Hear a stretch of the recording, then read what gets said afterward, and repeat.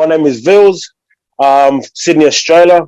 Grew up in a suburb called Mascot. Back then, growing up Mascot, like literally in right next to the airport. Um, but yeah, like so sort of just growing up there, we're always like hanging around, just Islanders and Tongans especially. But through all of that, high school and that, started smoking, drinking inside school, whatever. Following footsteps of other mates, a few family members here and there. So I started joined up in a couple of bikie gangs and things like that. So I think it was a lot of pressure on me at the time, being the eldest in the family, being married, having, my parents' first grandkids, living. That's when I thought to myself I had to grow up here and look after my family first, instead of worrying about myself and my needs first. Man, am I going to take more, or am I just going to stay like this? So obviously you're going to want to take more just to get that feeling back. So yeah, bro, it was hard. All that talk to my gang pull up, when we pull up, and they all Sweet. Yo, it's your boy King Dave here, and this is the Felon Show. Hope all is going well. I got my Doko Vils on today, man. How about you introduce yourself, bro, and where you're from, cuz? Easy. My name is Vils, Sydney, Australia. Grew up in a suburb called Mascot. Actually, living down in another Sydney suburb called Morta with my wife and 5 kids. But yeah, thanks, Dave. Thanks for having me on the show. Yeah, the pleasure is mine, brother. The pleasure is mine. So the Doko Vil here, he's doing a lot of positive things, man. As you can see, he's rocking the merch there. Fuck suicide, got your back, poly kids, man. So he's doing a lot in the mental health scene, man. He's doing the righty. So well, he's a boxer as well, man. As you can tell by the guns there, keeps them loaded. But to start us off, man. So where'd you grow up, bro? So I've always grown up in Sydney, man. With myself a Tongan background, but I was born in Australia. Man, love Australia, to be honest. So I grew up in a suburb called Mascot, man. Like all the community and the culture down there was so perfect for us growing up, man. So my upbringing was pretty cool, man. Nothing hard, besides, just being with the family, and I was surrounded by family around Mascot area.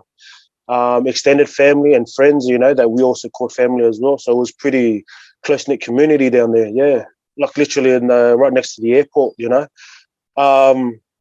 But yeah, like so sort of just growing up there, we're always like hanging around, just Islanders and Tongans especially, But, going to schools and stuff, we also mixed up with different races. And mixing up with those different races was like, it made the suburbs so close, There were times that there was racial fights and things like that. But at the end of the day, we always used to still come together as one, and just be peaceful about it.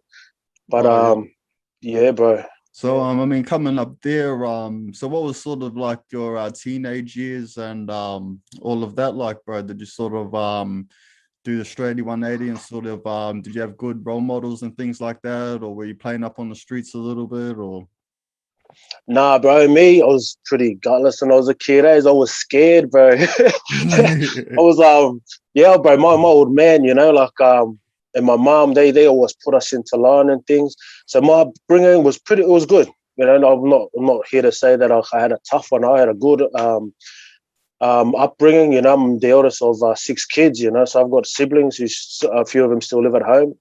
But we were always close together with when we were together, we were always close as. But with my parents and stuff, very strict with our beliefs, as Christians and stuff. So I always grew up through church. Things like that. Role models, it wasn't too many out there for me besides my old man, He juggling a lot of jobs to keep us in this country, man, like them being overstayers. Never got their papers till like year 2000, 2001, so just as I was sort of starting high school, Dad's from Mafanga, my mum's from Malapo. So at that time, man, we didn't really move around, but like they were just always moving jobs, so to speak. They couldn't have permanent jobs because they had no papers or nothing. So constantly, working different jobs here and there just to make ends meet for us at home. And they were also trying to hide all of that stuff. But like, me being the eldest, looking after my brothers and sisters since the age of 8, 9 years old, my uncles and aunties in and out of the house, making sure we're okay and things, So But yeah, my biggest role model is my old man. His work ethic is just savage, bro. Even till now, he's still working now. Oh wow. Traveling all the way from Campbelltown area, and driving all the way to the Shire every day, not missing out a day of work. So yeah, my old man, he's a good role model for me, and hopefully for me to keep that up, and hopefully I'll pass that on to my kids. Yeah, man, most definitely, Yeah, man. I'm sure you are, brother, with all the good work you're doing at the moment, man. appreciate Um, it, bro. so what sort of were there many challenges, bro, growing up in the area or before you It growing up? was, bro. The biggest challenge for me was like, obviously growing up in a home of Christians and stuff, and trying to keep that straight path. But I had a few boys that I went to church with that didn't sort of keep that straight path, So I knew what they were getting up to outside of church and outside of school and things like that. Yeah. And they weren't like trying to force me in anything, which was the great thing. But me always feeling the need, because they're my mates and my boys and they're through church and school and whatever, I always felt like I needed to fit in. So I always try and do stuff with them just to make myself feel that I fitted in. But they accepted me for whoever I was, if you sort of understand what I mean. Yeah. But obviously, after like sort of seeing the stuff that they were getting into and getting into trouble and shit, I knew it wasn't worth it, so didn't bother trying no more, and yeah, try to keep a straight path from then on, and yeah, just try to stay with footy, especially like all Pacific Islanders try to do. And my dad's family, my mum's family love their rugby. We grew up playing rugby ourselves, and we love it. Yeah, so through all of that, high school and that, started smoking, drinking inside school, whatever, and outside of finishing all of that, kept going, just kept doing it. Still try to keep up with footy and stuff, which was all right. And then it just got to the point where it wasn't enough for me. I wanted something more, so I didn't know where else to look instead of following footsteps of other mates, a few family members here and there. So I started joined up in a couple of bikie gangs and things like that. So, and Oh, yeah, okay. like at the time I got married. I was already married, had my eldest three at the time. Wasn't really knowing what I was looking for at the time. Just wanted to get in, yeah, and just do something. That's pretty Yeah. much all I was doing, was just getting in there just for the sake of getting in and doing whatever. Um, it didn't last long, It was just I sort of just seeing stuff that I didn't really like. Yeah. Wasn't their sort of way of living or anything like that with whatever code they had, but it was more of like whatever code they did have, no one really stuck to it, and that wasn't my scene. If I've got a code, I'm going to stick to it 100%. Was never going to back down from that. So when I did see things like that, I sort of knew I wasn't going to fit right in there. So I got out when I could, and learned a lot from it, man. I learned a lot from it. So, Yeah. um, but to be honest, I've never been in trouble with the law, with anything, man. Been pulled up for stupid stuff, but other than getting arrested, doing time or whatever, never did that. Yeah. But till this day, I do get pulled up, and the majority of the time, it's just because of the way I look. Yeah, bro. Um, Yeah. so even going to job interviews here and there, the first thing they ask me, have you been to jail? Have you done time? Do you have a criminal record? Whatever, So, and that's only because of my appearance. It's not Yeah, of what brother. I'm actually telling them. So, um, other than that, bro, it's been okay. It's been good. It's just been the past 2 to 3 years has been my most my biggest battles. Fighting my own demons and things like that. That's been my toughest and my biggest battles ever. Yeah. Yeah. I mean, well, going back a little bit.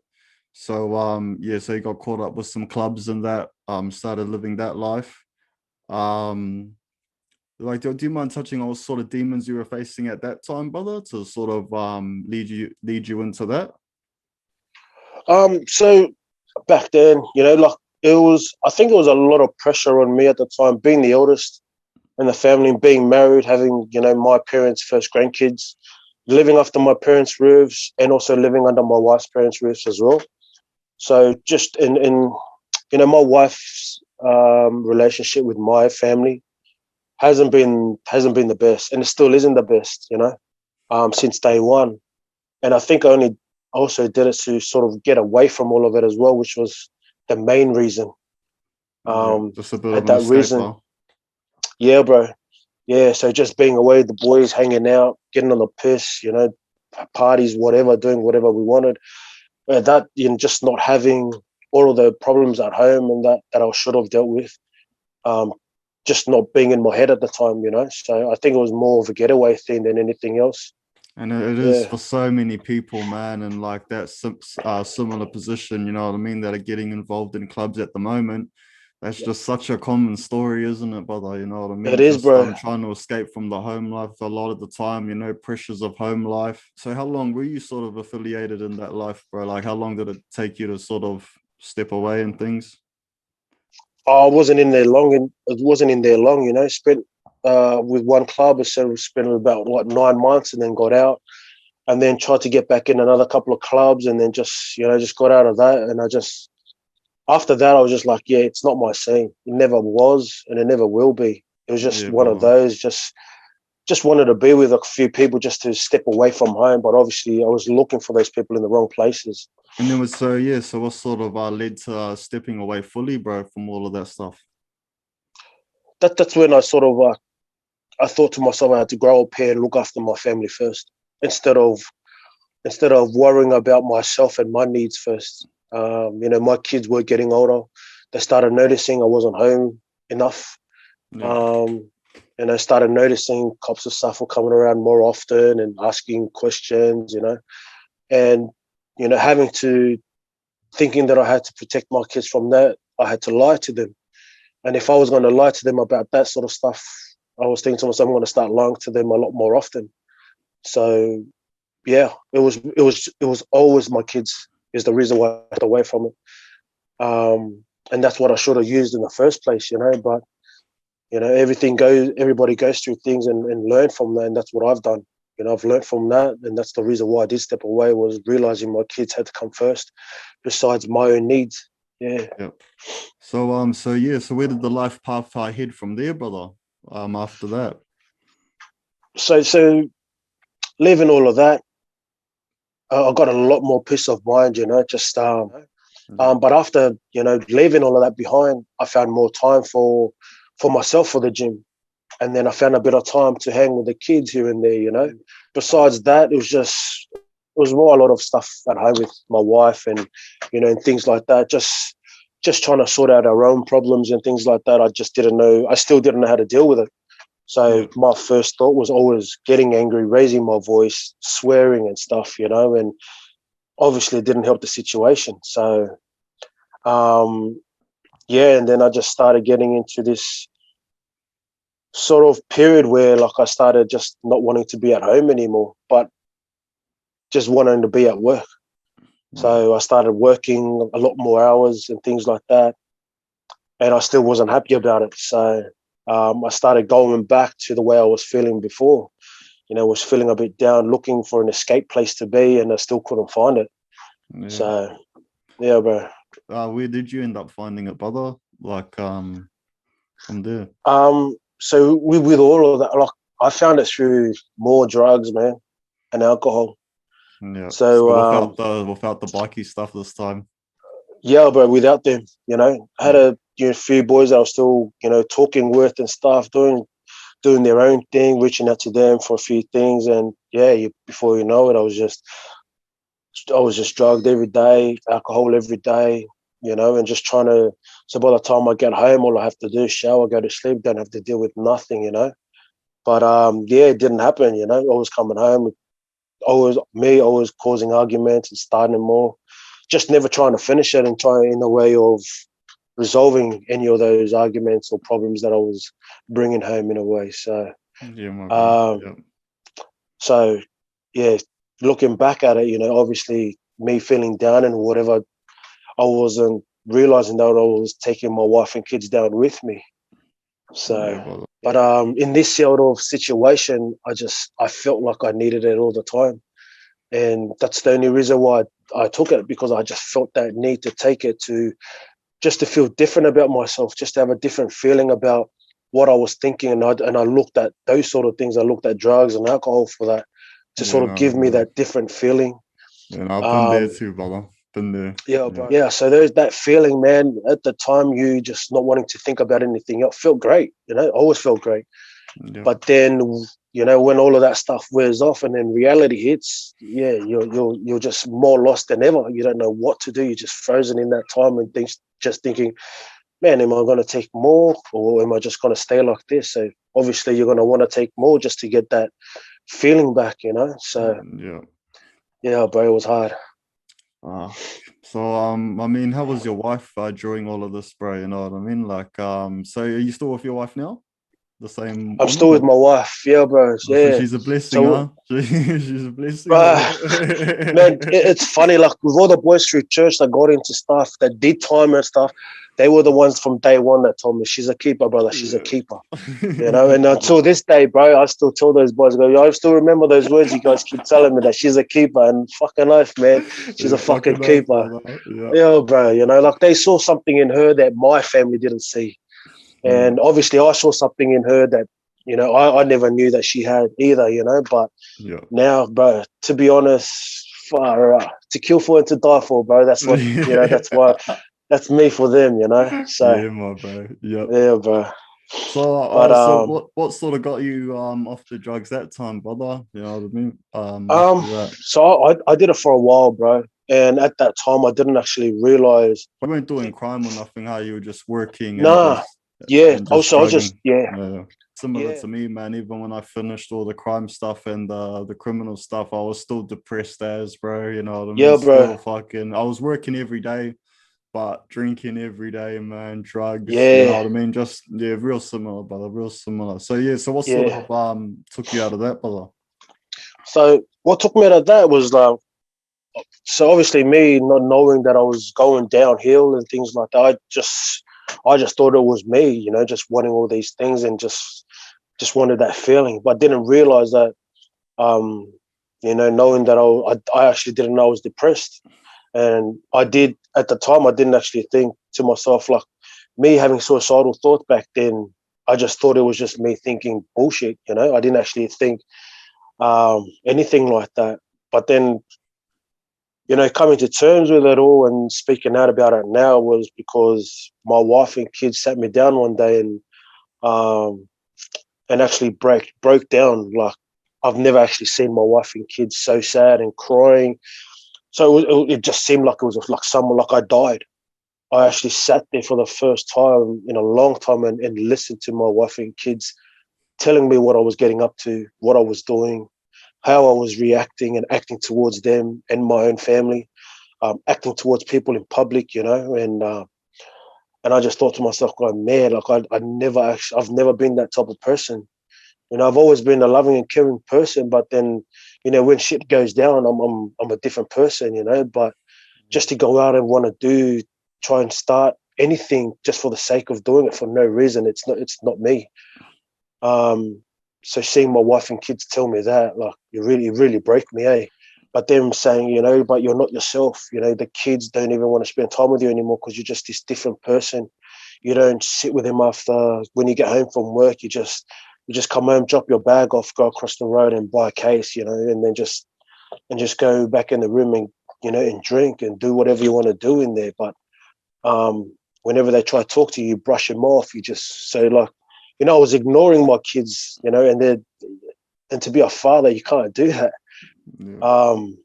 So yeah, bro, and after that day, I didn't know what to do besides break down and cry. But I literally broke down and cried to my kids, and I apologized. And I apologized that much. I did not know what else to do. So I was cornered. I cornered myself in a way.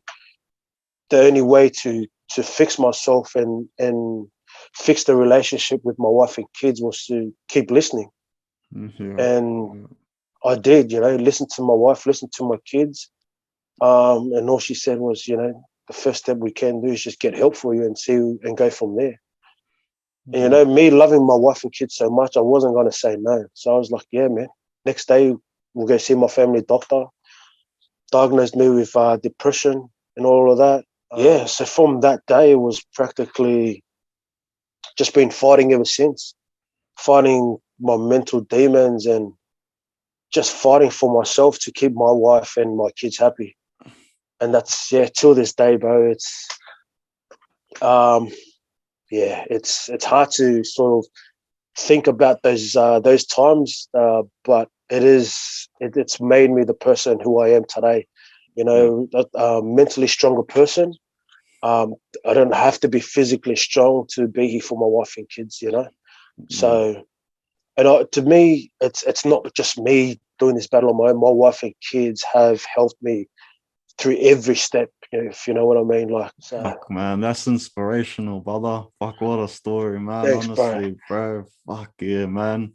And I can relate, bro. You know what I mean? I can completely relate to you, man. And yeah, a lot of people can, bro. It's heartbreaking how many people are going through this shit, man, right now. Yeah, bro. You know, especially our people, man, Pacific Island people, man. They're going through the ringer, a lot of them, man. Fuck. Oh, sorry, we get people messaging us left, right, and center, Fuck. All I can tell them is that, I'm no professional, and I'm not a qualified professional to give them advice about anything, about any exercise. I'm not a qualified PT. I'm not a qualified counselor, whatever, but all I can give is my ears and my shoulder. If you need it, bro, I'm there. That's all you need, Baba. Never mind the qualified and the papers and all of that. Yeah, Baba. bro. I'm the same, bro. You know what I mean? Exactly. Like, we're more than Man, qualified. you can be as qualified as you want, sit in an office and just twinkle those fingers. But if you're not out there making a big difference for anybody else, those qualified papers don't mean shit, bro. My page isn't there for other people to jump on there and ask me to be an ambassador for their brand, or me wanting free stuff. Ain't nothing like that, bro. I'm grateful and I'm grateful for what I've got now, and I'm happy with what I've got now. I don't need anything extra. If anything extra does fall on my lap, it's a blessing, bro. I'll be always grateful for it, but I'm not gonna go out there and ask for it just to look in a certain way for other people. I'm just gonna be me, and if being me is enough for my wife and kids, that's all that matters. Yeah, nah, fuck, mad love and respect, brother, maddest love. So we'll go on to that, brother. So explain the page, man. Explain your the clothing brand, and so it's Polykids, yeah. Yeah, so my wife's little business is called Polykids, yeah. I help her out here and there, just handle some stuff on social media and things like that. But to be honest, all the hard work is what she does, man. The sewing, the printing, here and there, it's all my wife. I get all the credit because I look after social media, but I keep telling her, I go, look, if I was, she's not that type of person to be on social media, and that's the reason why I take over, But I just tell her, I go, man, if people actually know the actual hard work that she puts in, like a lot of people think we make a living off this thing. Bro, we barely make ends meet with the job that I do and what she does here. And the reason why, like, we don't charge as much because we want to make it affordable for people. But like the main reason why she started this is because of our kids.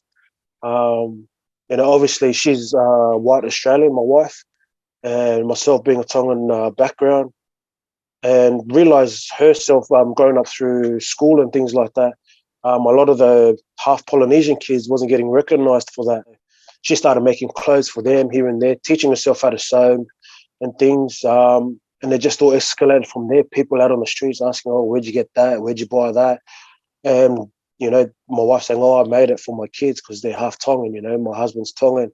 And everyone thinks my kids are just white Australians because of the color of their skin, but they're actually half Tongan. Her name's Nicole. Nicole. So much love to Nicole, man. Far out. Awesome. Thanks, brother. So so when did the sort of mental health shirts and all of that, the whole suicide thing, when did that enter the picture, bro? So that sort of entered the picture when I was still fighting my demons fresh. She was with me by my side every day, and she still is now. So all these shirts sort of came out. She wanted to sort of get people to recognize it, because she knows that the people that are going through it, it's the people closest to them as well that are also being affected. So as myself, fighting through mental health and that. You know, her always being there every day, my kids being there every day, they were being affected by it as well. So she thought, you know, why not start making some shirts and so she just made shirts for herself in a way, you know, just to let people out there know that like her business is just raising awareness for it. That was it. We weren't even thinking of selling shirts for anything. Yeah. So she started making shirts and stuff. We wore it out doing grocery shopping and things like that.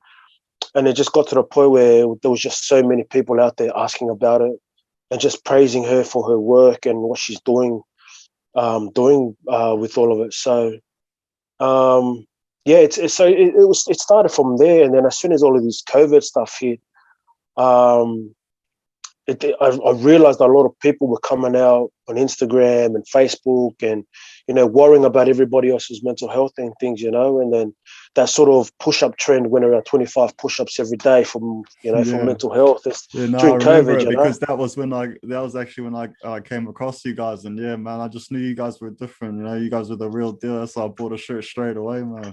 Fucking life. I appreciate that, brother. I really do. Yeah, because that was a thing. It was like, the reason why I do say the trend is because no one is doing it now. No one is doing it. And that's the whole reason why I came up with this shirt, is because people will be tagging other people say, fuck suicide, 25 push-ups for mental health every day, whatever. And it was good. Like everybody was doing it. But, you know, and then it's like after COVID sort of died down a bit and everybody was going back to their normal lives and going back to work, nobody cared about it anymore. And I just thought, nah, you can't. That mental health fights you every day, no matter where the fuck you are, whether you're locked up at home, whether you're at work, whether you're down at the park, whether you're in the gym, it's there every day, you know. And there are people out there that do want to help you fight those battles. And I'm one of those people, you know. So, and that's the reason why I came up with this shirt. And the reason why I've got your back on it is like, for me to say, fuck suicide. I got suicide back by living my life, and I'm still here today, living my life with my wife and kids. That's another reason I love the shirts, man, because it's just simple and it's just, bro, that's the whole thing right there, bro. You know what I mean? Fuck suicide and we got your back. You know what I mean? Simple as that. I've had a lot of requests, people asking me if I can change it, and I said, like, you can't change this. And they asked why, and I said, because this is my reason. It's not your reason. If you want a reason, you can make your own shirt. But this is my reason. You're not going to buy my shirt and want to ask me to change the way I see this and the way that I want to live this. You know, this is the way I saw it, and this is the way I'm going to live it. Is keep fighting back, keep having other people's back, fighting these battles. I'm not going to change it because you're not happy with the fuck on it. I'm not going to change it because you're not happy with the color of my shirt or the color of that. I go, this was because of me, and I'm going to keep doing it because of me. I mean, every day's a battle still, brother? You know what I mean? Like a lot of people, they fall back into it because they think they've beaten it. You know what I mean? When they haven't, and they get hit with something hard, and then they fall back into that depression again because they thought they beat it. But I mean, you know, every day's a battle, man. Every day you got to be armed. You got to be ready mentally. Yeah, that's very true, man. Because, you know, I had a fight a few months ago. You know, a boxing match, and you know, I didn't come out. I didn't get the win, and you know, and I just thought to myself straight away as soon as I finished that fight, I grabbed my mouth guard, and then I just walked off. I didn't speak to my coach, didn't say nothing to nobody, not even my wife. I went straight back to the change room and started bawling my eyes out. And the first thing that came to my mind was my kids. The reason why I bawled my eyes out, not because of my loss. I bawled my eyes out because I didn't want to come home and tell my kids I lost another fight. Man, it was scary. It was nothing like that. I came home and my kids was just like, "Who cares, Dad? You know, like that doesn't matter as long as you're here and you're happy and you're still gonna keep doing it, even if you did lose. It doesn't matter, hey." And I was like, "Yeah, no, that's right. I'm gonna keep fighting. I'm gonna keep training." Until my coach tells me I can't fight no more because I'm an old bastard, but you know, I'll keep fighting. Brother, so is there many government services that are you know, putting in work, I guess, over there? Oh, bro, to be honest, I haven't heard nothing, nothing. I've seen a few billboards here and there, but that's only because of during this COVID lockdown stuff. But other than that, you man, you don't hear or or know anybody out there, or for me especially, I don't know anybody out there saying that the government reached out to them saying that they're helping them in any way because of my mental health. No, nothing like that, bro. I guess what's the sort of plans around this? With you and Nicole, like where do you guys sort of see yourselves going from here? So from here, we've sort of just we've reached out to a youth worker, and she goes around to a couple of schools around the area and does a little youth program with them once every week. Yep. So yeah, she reached out to us. And, we did all the checks, everything came back. So we've got our foot in the door we're actually volunteering our time, man. So we're not getting paid for nothing like this. And, me and Nicole put our hands up that we want to volunteer our time and take an hour out of our day once a week just to go and just meet these kids, It they don't have to talk about anything, but I do want to go and share my story and let them know that, as a lot of people out there think I'm this tough-looking bloke, but inside I'm just this kind-hearted person that just wants to help you out no matter what.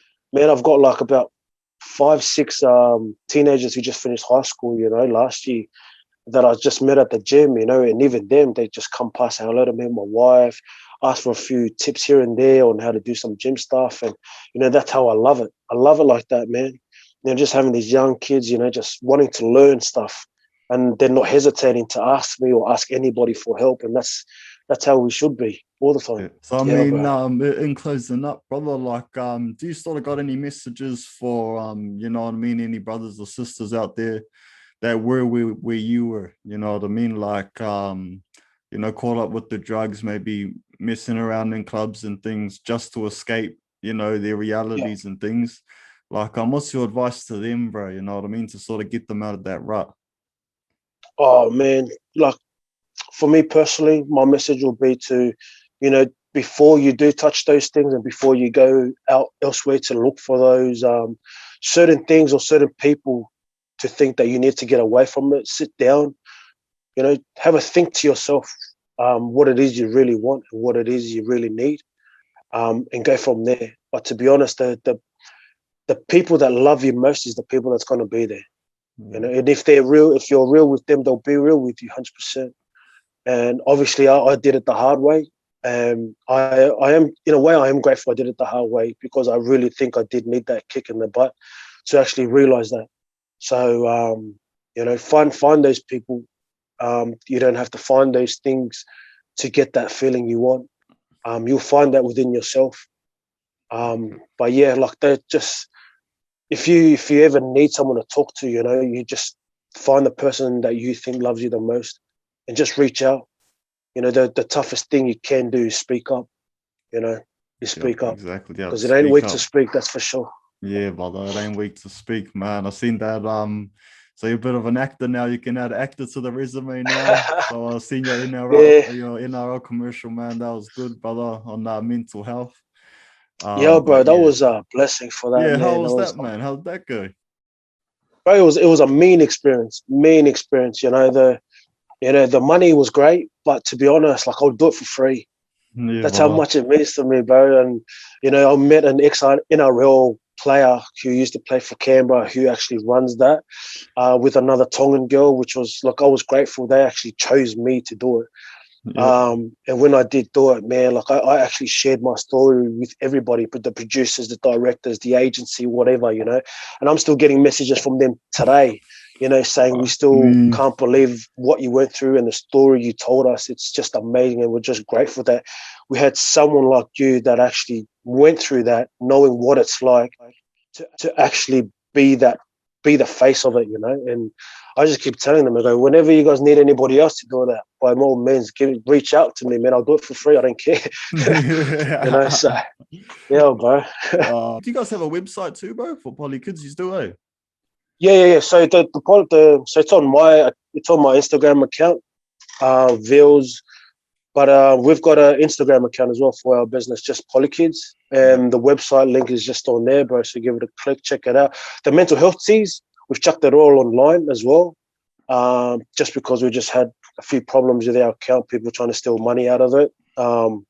So yeah, that's why we sort of changed it up, and now we've got to put it online. So yeah, so it's there for everybody to go for, man. Sweet. So yeah, I'll leave the link in the description. I'll leave the Doko his Instagram account, Poly Kids. I'll leave the website in the description as well, man. So definitely cop yourself a team, man. I'm gonna show some love, so show some support. And fuck, much love to you, Doko. But much love to Nicole too, man. Big shout out to Nicole for all the works that she's doing. And Thank you, my brother. Appreciate yeah, it. man. Peace out, my bro. Much love, double man. Take care.